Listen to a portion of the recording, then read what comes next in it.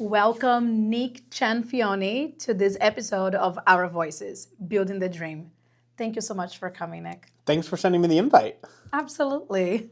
So I want to start this podcast by first of all praising you from being such a great entrepreneur from such an early age, and I love seeing that because I feel like that's a lot of how I became an entrepreneur was forged throughout my teen years, and I already had kind of that spirit. So it's always exciting to see somebody who kind of had that same enthusiasm and path from a very early age. So you started creating ventures at 13 years old, and fundraising and doing all of that. So how did you do like organizing charity concerts, creative projects? How did that shape the entrepreneur that you are today? So, great question. Great background research. I would say it all like for me is like entrepreneurship is a snowball. It's like the quote of like, how do you eat an elephant, one bite at a time. Like I feel like that's how my whole entrepreneurship career has been. And so when I started, like it wasn't anything crazy. I would say my first business I ever ran was probably in like, fifth grade. I ran a duct tape wallet empire of, building and distributing duct tape wallets around the school. And then it just, it snowballed. And then I continued to do this and then that. And then it started, it grew. My freshman year of high school, started hosting concerts to raise money for American Cancer Society. That, my first year was a complete failure. I made the horrible mistake of scheduling the first concert on the same night that my high school had junior prom. It was not great. But from there, it was like that.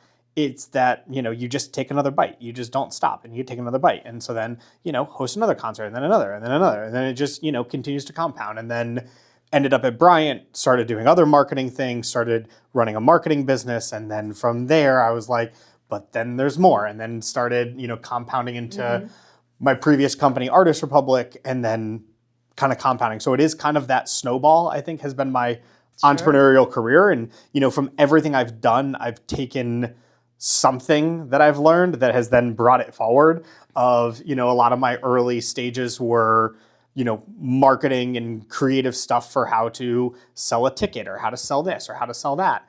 And then it compounded into Artist Republic was my first tech company. I didn't know anything about coding and stuff like that. So, okay, now I'll start to learn how to do the basics of development and database management and stuff like that. And then now I can come into this company and I can know that stuff. And so now it just, it's just a snowball. You kind of just compound it over the years. So do you think that those are the lessons that you learned with Artist Republic that kind of now you carried over to RestauRent, and that's kind of becoming the base per se of your leadership style or your entrepreneurial style? I think there's a lot of stuff that I learned running Artist Republic. Number one was definitely how much money it used to cost to develop a software. That was number one. And so we brought that very intentionally into RestauRent of how do we not spend so much capital on developing a software. And we happen to be lucky to living in 2025 with a lot of different AI tools, a lot of different lightweight tools that we don't have to blow a lot of money on that. I definitely learned that in Artist Republic. I definitely learned the basics of, how to even do the technology stuff. That was my first company with investors. So I learned the hard way in a lot of that world. I have a running, I call it my startup Bible on my, it's on Google Docs, and I keep a running list of everything that I've had a point where I go, I learned that. I need to remember that for later. That is great. I've kept categorizing it all so that when I get into the next company, I go, oh, I think I've hit this before. Like, this is what I did at that point. And I've kind of kept my lessons of like the little things I've learned along the way, because I think a lot of them aren't taught in books. and you really are just like you're taught in life. Yeah.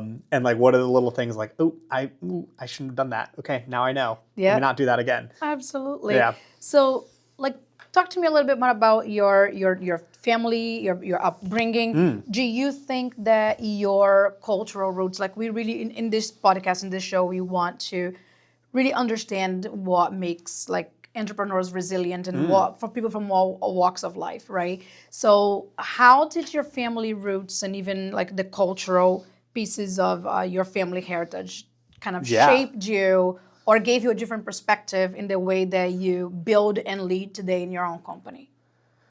Well, you know, I'm Italian, so maybe just running businesses in our blood, jokingly. No, I'm kidding. But With good food, right? yeah, with great food. So it's interesting on my end. I'm not like one of those people that's like insanely spiritual or like numerology or stuff like that. But I do think there are like patterns in personalities and people. And I think one of my favorite like personality patterns is there was a study that was done in the UK a while ago that had basically found that, you know, people that are the third born child are more likely, I think it's like 70% or 80% more likely to be an entrepreneur. And so it was interesting. I'm a third child. And there's a lot of people that I talk to that are entrepreneurs that end up being third child. And so I think that's number one in upbringing. Being a third child ends up like promoting entrepreneurship because the third child there's like a risk tolerance that they learn when they're a kid. Because the first child is very orderly just due to like the parents being parents for the first time. You know, they always have the middle child syndrome, so to say, the second child that, you know, ends up like, you know, lashing out sort of things. But the third child, they do this interesting thing in like their early development years where like they'll poke, they'll test. They'll be like, can I do this? Oh, I got in trouble. Let me try this. Let me try this. And so there's that consistent trial and error that a third child does by watching their older siblings and stuff like that, that they end up having a different risk tolerance. And I think that is interesting because that's like the baseline of entrepreneurship. It's like, what is your risk tolerance? Now, with me, my upbringing was definitely a little bit different. Like I was a traditional family growing up in Connecticut. And then when I was, I don't even know, 10 years old? Maybe 10? So I know when I was 13, I had lost my dad to cancer. And so at that point was when all of this obviously like spiraled into everything. Because at that point, you know, then my mom was working full time. I was, you know, home. I was, you know, my grandparents were there. My brother was a senior in high school. Yeah, I think he was a senior in high school. And then, you know, we were going through all that. And so like I then became independent then very early. And so then it was like, okay, you have this risk tolerance side of me from growing up. Then you have the independency. And we also grew up very independent. Like we were a boating family growing up. And nothing crazy like what you might see in Newport, just a normal family with a boat, nothing crazy. But so, you know, we would go to Block Island a lot as kids. And, you know, when we were out there, it was our version of camping, just on the water. And so like we'd have horrible storms, the roof's leaking, what are we doing here? What are we doing? So like, I think that always formed me into like a very adaptable person of like, okay, I am very good under pressure. I'm very good in adapting situations. Then you had that side of me of, okay, I'm independent. Then you had the risk tolerance side of me. And so I think that kind of all came together with my love of solving problems. And so that kind of all came together through my upbringing that then enabled me to start doing stuff. I think me and my mom always joke now that, you know, because I was able to be independent so young, I was also able to start doing this stuff so young. I look back at some of the concerts I hosted and stuff like that, and I'm like, I don't know how I was in that room at 16 years old. There were 21 plus concerts, and I was the one hosting them. I'm 16. I shouldn't have even been in that room. But it was able to happen because I was independent, kind of from a younger age. And it was like I had to figure it out. Like my first car, I'd taken over my mom's lease because she didn't like the car. And it was like, you can take over the lease, but you're paying for it. So I was like, okay, I'm 16 years old. I have a car payment. I have this to watch. So like I did kind of take that on very early. And it was a lease. Don't go over on the mileage. Don't go around with your friends or else you're going to owe something. Huge responsibility, yeah, exactly. Right? Yeah. And so, you know, I definitely learned that a lot from the young age. And I think that's kind of just shaped into all of this, and then just my love of solving problems. That is amazing. And I think like one of the things that I find so cool as entrepreneurs, like you were saying, you were 16 and you were in those rooms and asking yourself like, how the hell did I even get into those rooms? And I also had those moments where I'll be like somewhere in New York City and having dinner I remember my moment like that was I'm in New York City and I'm invited having dinner with the royal family from some small country in Europe. And I'm like, how the hell did I ended up here? And the very next day, I'm on a call with a creator from Swarovski, the guy that created the bra, that crystal bra for Victoria's Secrets. And he's asking me if I can connect him with somebody in the jet industry because he wants to deck out a jet. And I'm like, what? I don't even know what is happening, you know? And then you kind of like, you sit there through those calls and those events, and you're like, I'm definitely the person you need to talk to. Yeah. And then you go look at a corner and you're like, I'm not the person at all. I don't know how this happened, but here we are.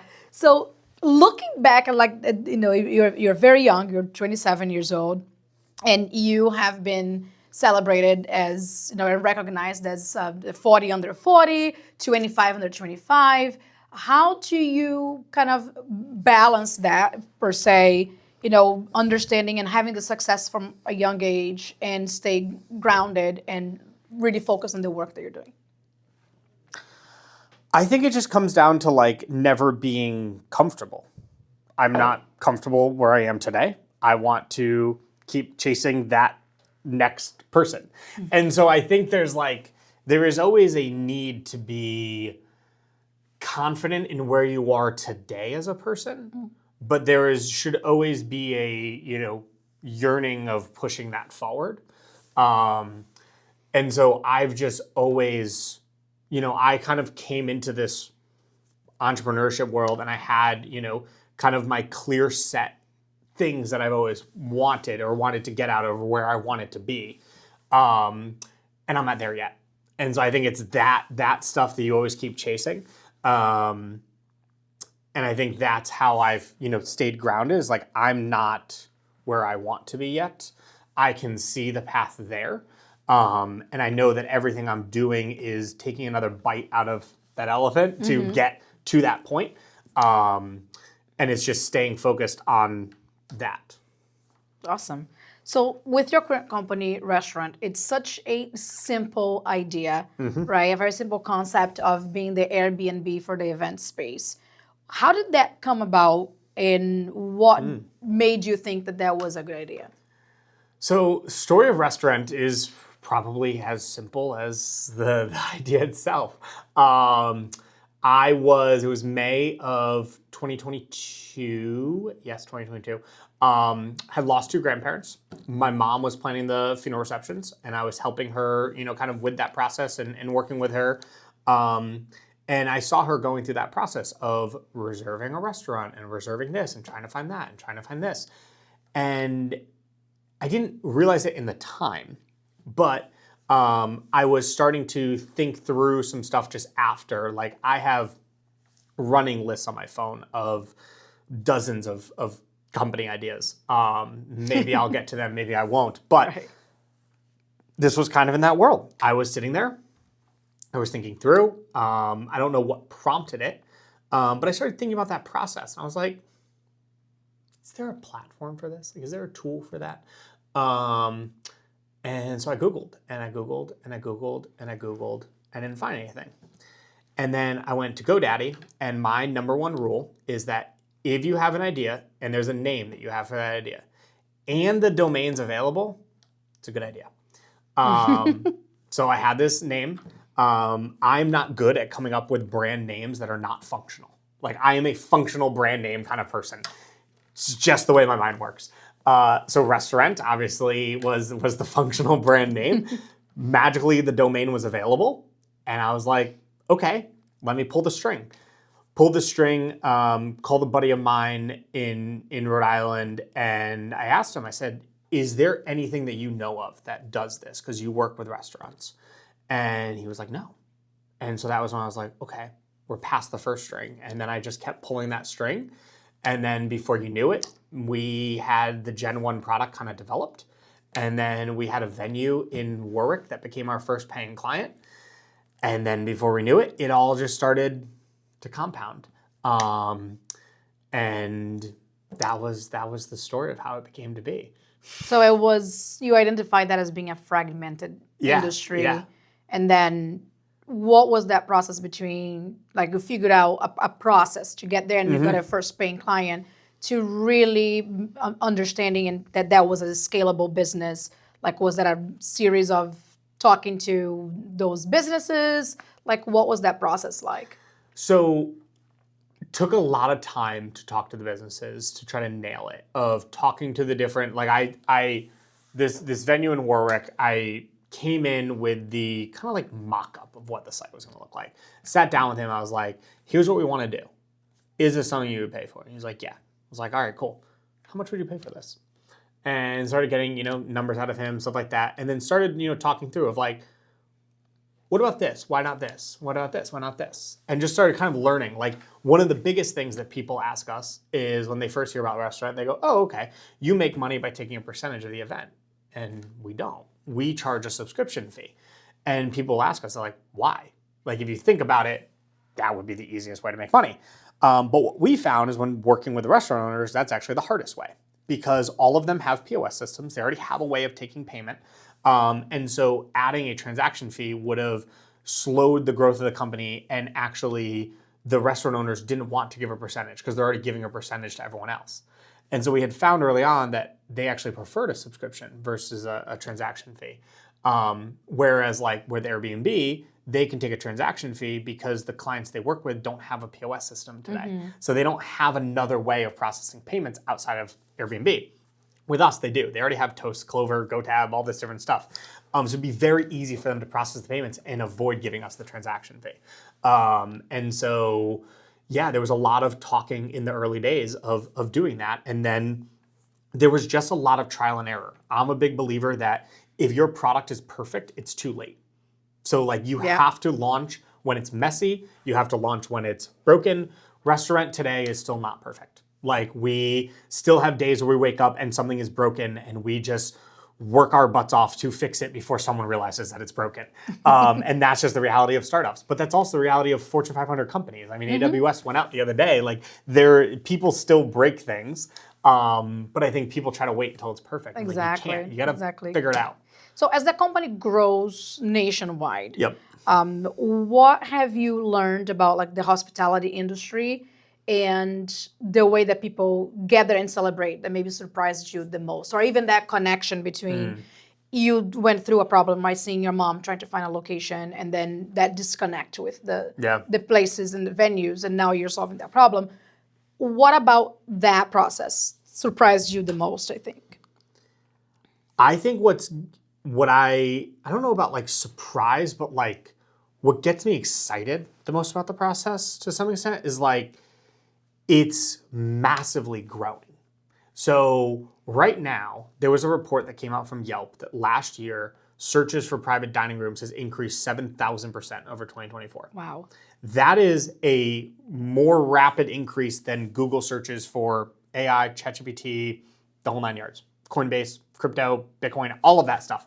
This is growing faster than that, but no one's talking about it. And no one's talking about it because everyone is obsessed with the digital world, even though while as humans, they're all looking for the physical connection. And that's what I think is so unique about what we're doing is you have this reality where the average dwelling space has decreased by about 700 square feet, I think in the last 10 years.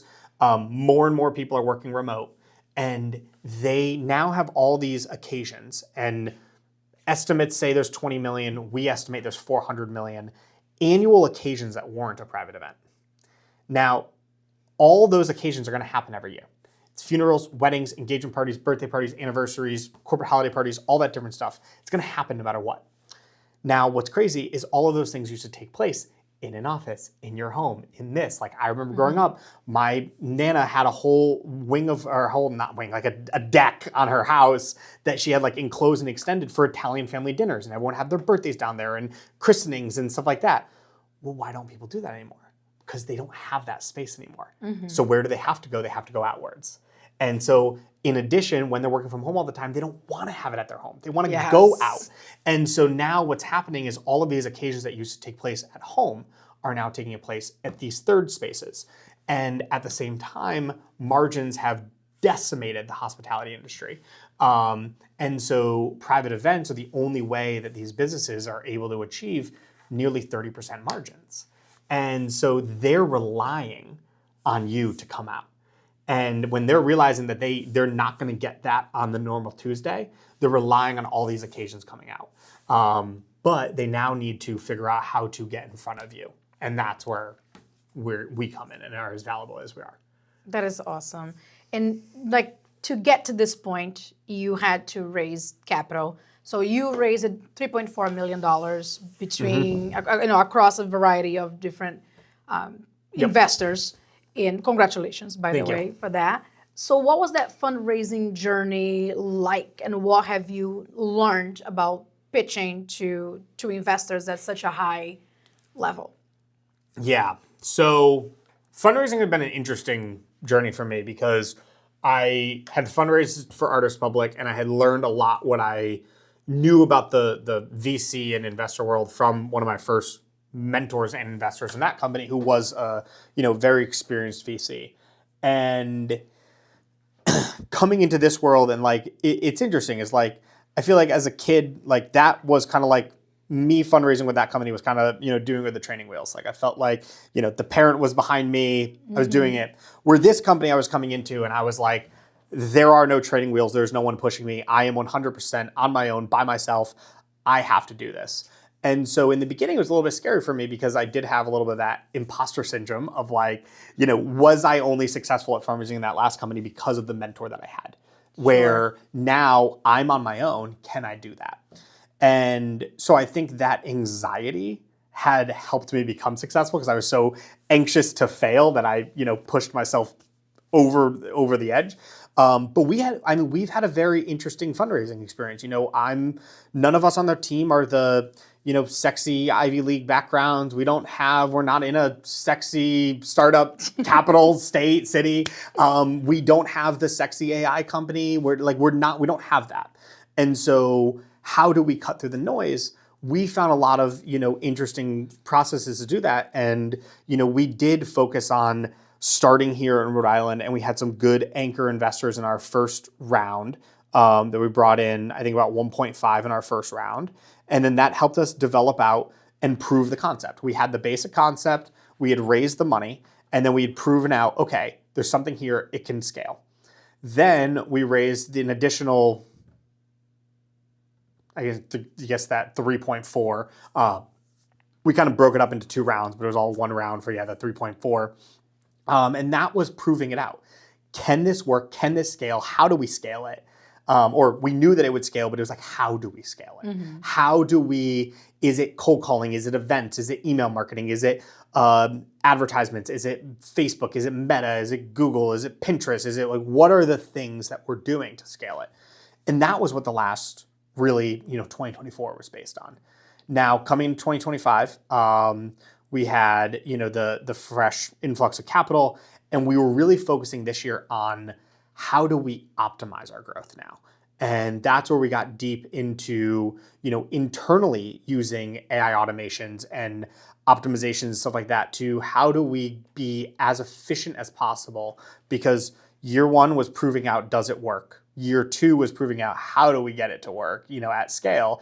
And year three was saying, okay, now that we know how that it works and how it works, how do we do it in a repeatable and efficient manner that the unit economics are good? Mm-hmm. And now we've gotten to that point.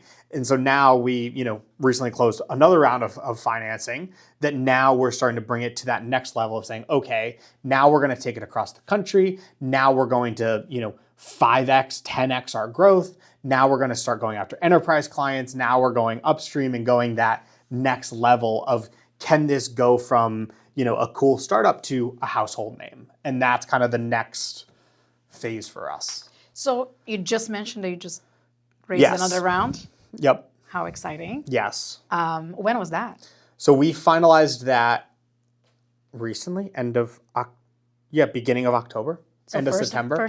First hand? Yay, breaking news in our podcast. So, with investors, how do you choose your partners, and what do you think make that relationship, the founder-investor relationship, work? I think so the word choose is funny because I think a lot of people misunderstand when people ask the word, like, how do you choose your investors? Because a lot of founders will say like the statement of like beggars can't be choosers. Like, I just need money. Yeah. I don't have the option to choose. And I think a lot of people, and some people are lucky to turn down an offer, but it's less about, hey, two people are giving you $100,000, which one are you going to choose? And it's more about the first step of who are you going to choose to pitch to? And I think that's the part of how do you choose. Okay. With us, we knew that we don't have a lot of those classic sexy metrics. And so we went after VCs and investors and backers that we knew weren't going to care about that. Like, we knew they wanted a core product that was able to be built sustainably, efficiently, and could achieve great, multiples and returns for them, but also could be a reliable company. Because I think we didn't want to go after any VCs that were chasing a unicorn, because as they always say, the reason they call it a unicorn doesn't exist. So don't go unicorn chasing. And so we tried to go after VCs that specifically weren't going to be unicorn chasers. How do we find the ones that are bringing real tangible value? How are we bringing the ones that can look at this company and understand what we're building? They can look at this and they can understand why OpenTable isn't a competitor, why this hasn't been done before, why, the knot in the wedding industry isn't a competitor. Like, they could actually understand who we are, what we're doing, and what the differentiation is between us, and then actually understand how they can help us outside of just funding. And I think that was what we really looked for. And in our latest investment round, our last couple investment rounds, really our lead investors have been that. All of our investors have been insanely supportive and are all, on our team. But really, the last two investors, our last round investor before this is a fund out of Jacksonville. And the first year, I would have to have weekly meetings with them every Friday. And it was this status report thing of like, you're showing up, and did you move forward this last week? And my first 3 months, I was scared, like, going into them, because I'm like, I'm not moving fast enough. And and then they had those resources, and every single one of my other investors too is like, I call them, they pick up the phone. What do you need? How can I help you? And then our latest investors out of Chicago, they are specifically invested in food technology and restaurant technology. And they have one of the most vast networks in the industry of, food technology companies, restaurant companies, all this different stuff, to help give us the resources that we need specifically in our industry to help us grow. And that was what we needed right now. And I picked them out 2 years ago. We had met them 2 years ago, and I never stopped for 2 years, meeting with them every 6 months, meeting with them in person, having reasons to see them in person. And we just never stopped relentlessly until I could finally get them to say, hey, this is the term sheet. Like, let's do it. Let's finally move forward. And in that process, were you like actively pitching to them, or just kind of being on their radar? Both. Okay. Both. Okay. I was actively pitching. And, getting them past the line. There was a couple points where there was, other terms they wanted to do that we didn't want to do. And so we did, choosing had, held steady in what we wanted to be the best for their returns as well. And that was what they wanted. And it was getting them to understand and see that we were on the same team, and what we wanted was also what they wanted. And so, that was that. So there was, 2 years of an investment in our time in getting both of us to the point where we were ready to make that deal happen. And I think now we were both at the point where we're like, we're ready, we're locked in. I see their vision, they see my vision. Yeah, this makes sense. Let's make it happen now. So how did you navigate through rejection? Because I think that's a lot of people's fears and entrepreneurs' fears of getting those no's. Yeah. That fear of rejection is so real. How did you navigate that portion, or is that something that never really bothered you? I love a good no. I love a good no. I would rather a no than a long yes. That's, which is kind of funny because I had them for 2 years, but I would rather a no. Like because for them, like I was with them for 2 years because I knew they weren't a no. Like I knew they were a yes and they were going to be a yes. I just needed to get to that yes. But there are a lot of people that they will never give you the yes, but they'll also never give you the no. I hate that. Because, I manage investor stuff. I do all of the, partnerships, but I'm also the main sales guy at RestauRent. And so, I'm talking to restaurant owners all the time and I'm just I think after usually a month of talking to a restaurant owner, once they're in my funnel, I just send them a quick email that just says, yes or no. Do you want in or do you want out? Like, I understand if you're busy and we're going to get to a yes, cool. Just let me know when. What's your timeline? Yeah. But just tell me now, yes or no. And if someone doesn't respond to me, usually like if I move someone through a funnel and they don't convert within, a month and a half, I just consider them a no and I move on to the next, and that's fine. I would rather get to a no because a no is it's usually no right now, not forever. B, it also gives you the ability to like mentally close that door and move on to the next one. Sure. And the other thing is too is like not everyone's going to say yes. So like just say no so that you can move on and focus on the person that might say yes. Right. And so like we've had so many no's. I have so many investment rejection letters. But so does everyone else. I have so many clients that have passed on us that, now are probably missing out on a lot of business because they said no. But that's what it is. Yeah. You can't change it. How long did it take you from your first investor pitch to your first yes?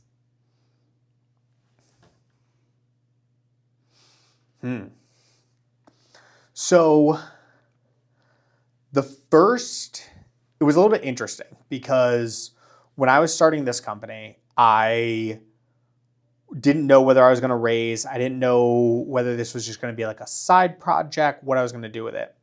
But after coming off of the, success with Artist Republic, it started to grumble that I was doing something. And so on this one, investors came to me and were like, I want to know what you're building. And so I was a little bit lucky in that situation. And, I definitely recognize that. And I always like to say to founders, like, I never understood why investors preferred second-time founders until I became a second-time founder. And now I understand it. And so if anyone's working on their first startup, I can safely say, do everything you can to successfully get to your second startup. Because getting through your first startup is like getting your degree in entrepreneurship. It kind of just sets the table and shows, hey, you were able to start something, build something, and finish something. Whatever that is. Whether it's an exit, whether you ended up winding it down for some reason, it doesn't matter. You started it, you built it, you finished it. You proved that you're capable of doing it, you understand. That you're capable of doing it, and you're doing it in a way that doesn't end up in a lawsuit or criminal cases or stuff like that. It's in a bad way. You figured out how to do that arc. And so now, you also now take that learnings and you're figuring out how to do that arc again, but with a more successful end goal. So I want to kind of track back a little bit to what you were saying about like this latest investor from Florida, right? From Jacksonville, where you had to have calls with them every Friday and they were asking for like, what did you do this week? How much did you grow this week? How did you balance that speed growth? Because you started locally, then you grew nationally. How did you balance that speed with sustainability? And like, what was that conversation like when you went 1 week, 2 weeks, 3 weeks, that nothing really moved? The needle didn't move, but you knew it was moving and it was going into that direction. How did you manage that, and what was that conversation like? So if there's ever a week that the needle was not moving, it was what needle didn't move and why did it not move? And what are you going to do to move it by next week? Clear outline. Now, I think the only way that we stayed on track with that was staying religiously focused. I do sales That is my main focus. And my job is growing the platform of the company. And so my Tuesday, Wednesday, Thursdays, I'm on sales calls 10 a.m., 6 p.m., 15-minute slots. Each one's double booked in case there's a no-show. And I'm doing 70 sales meetings a day. And that's what I'm doing. And if that's either moving the needle, and if the needle is not moving to the point that I should be at the end of the week, I then sit there and go, why? Why didn't it move? What do I need to do to change? Was there a no-show rate? Was my inbound funnel incorrect this week? Do I need to add a new follow-up sequence? Do I need to add a webinar? What is the things that I did? Now I get to the point where I can predict that, because this week we're going on, we have to go to a conference in Philadelphia. So I know that sales this week is going to be slower. So I predicted that now. Okay, sales this week is going to be a little bit slower. Next week, that means I need to make it up. So like next week, I have a webinar and I have a massive campaign running for that to make sure that I get more people signed up to that webinar, because I can't add more time to my day, but I can add more people within one time slot. So do a webinar next week, see if I can get more people to sign up next week to counteract the fact that this week's going to be a little bit slower. What are those needles that I can move and kind of control? And so that's kind of how those conversations went. And the way you stay on top of that is staying relentlessly focused. Like, we all stay relentlessly focused in the things that we're working on. I'm on sales, I do sales, I don't touch anything else. I don't touch marketing unless I need to. I don't touch product unless I need to. I don't touch these other things. That's what my partners are working on. And we all stay relentlessly focused on those things. And we trust that each other are going to also stay relentlessly focused on those things and going to deliver, so that we don't have to distract ourselves. And I think that's the main way. That's fabulous advice. What would be like some other advice, or like a tactical advice that you would give for a first-time entrepreneur, right? That they are going through the process and of building credibility for the first time without having the capital or even a product complete finished to show to investors, to build that credibility. What would be your best advice?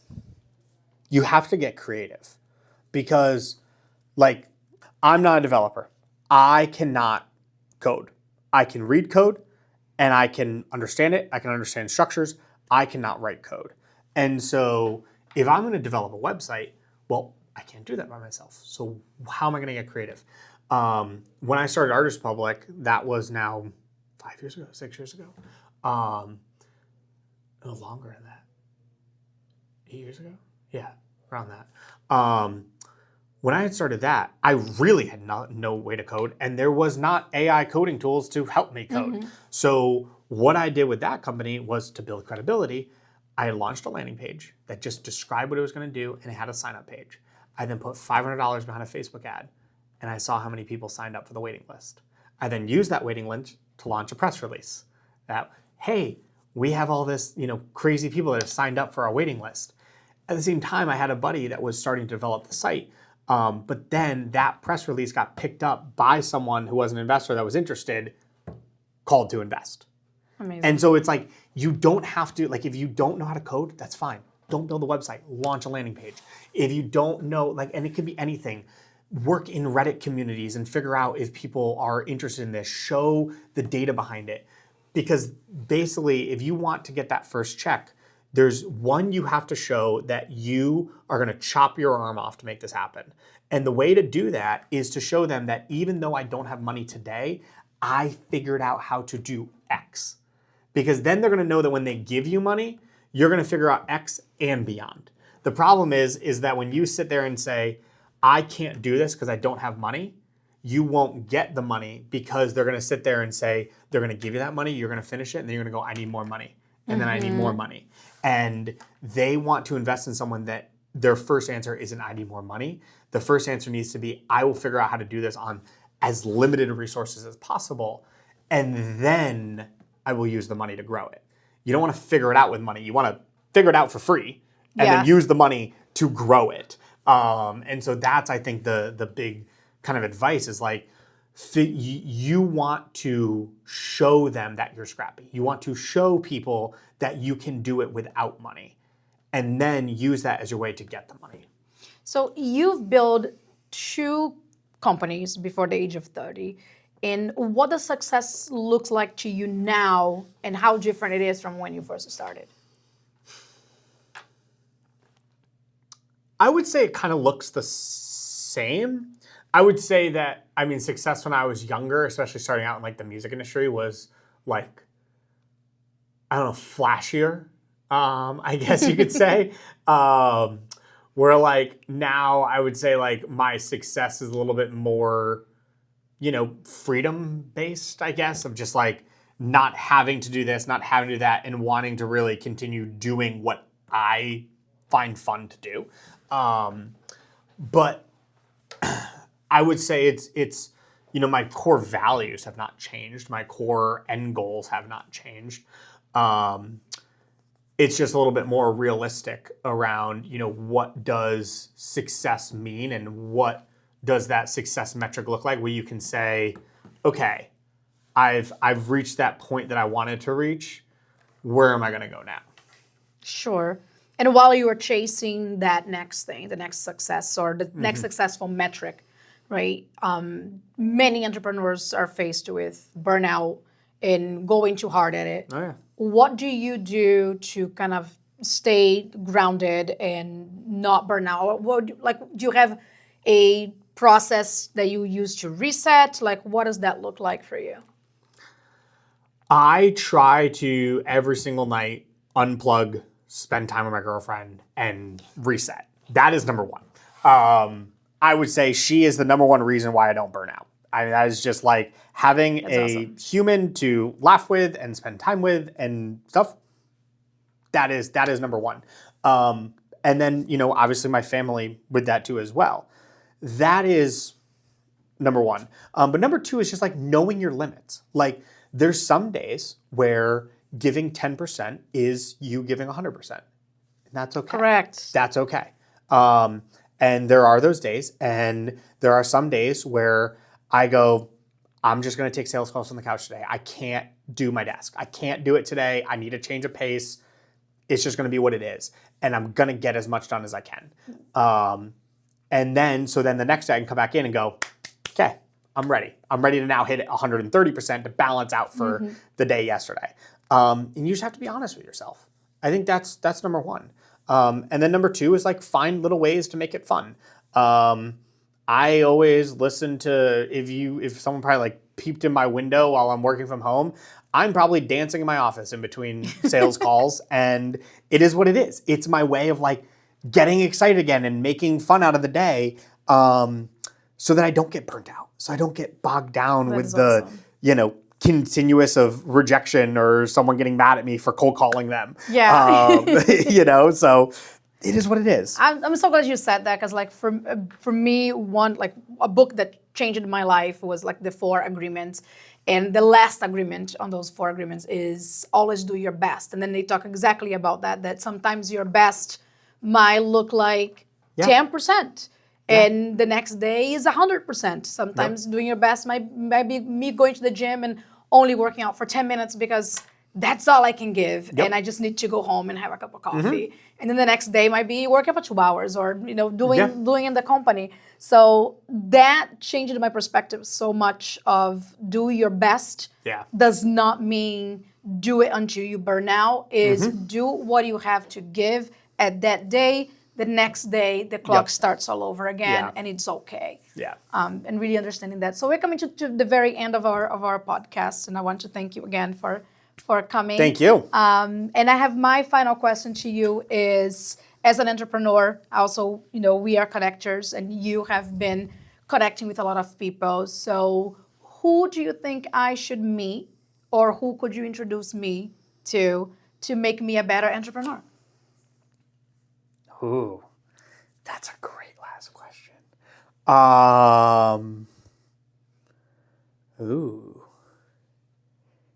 In Rhode Island, I'm assuming. Anywhere. Ooh, anywhere. That you can think like, Mariana, this person would be great for you to meet.